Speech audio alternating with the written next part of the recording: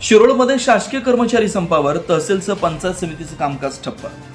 आपल्या विविध प्रलंबित मागण्यांसाठी राज्यभरातील 17 लाख सरकारी कर्मचाऱ्यांनी आज मंगळवार 21 एप्रिल 2026 पासून पुकारलेल्या बेमुदत संपाचा शिरोळ तालुक्यात मोठा परिणाम दिसून आलाय।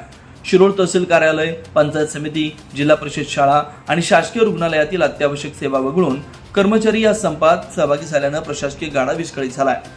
प्रलंबित मागण्यांसाठी एल्गार। राज्य सरकारनं सुधारित राष्ट्रीय निवृत्ती वेतन योजनेबाबत RNPS अद्याप अधिकृत अधिसूचना काढलेली नाही, ज्यामुळे 1 मार्च 2024 पासून निवृत्त झालेल्या कर्मचाऱ्यांना लाभांपासून वंचित राहावं लागतं। याच मुख्य मागणीसह एकूण 17 मागण्यांसाठी कर्मचाऱ्यांनी हे आंदोलनाचं हत्यार उपसलं।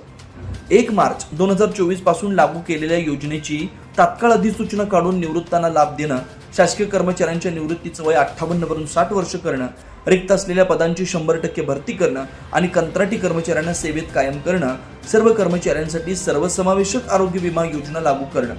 शिरोळमधील कार्यालयांमध्ये सकाळी कर्मचारी न आल्यानं नागरिकांची कामं रखडली। सरकारनं संपावर जाणाऱ्या कर्मचाऱ्यांवरून काम नाही, वेतन नाही आणि शिस्तभंगाच्या कारवाईचा इशारा दिला असला तरी संघटना आपल्या भूमिकेवर ठाम आहेत। मागण्या मान्य होईपर्यंत हा लढा सुरूच राहील, असा पवित्रा स्थानिक कर्मचारी प्रतिनिधींनी घेतलाय।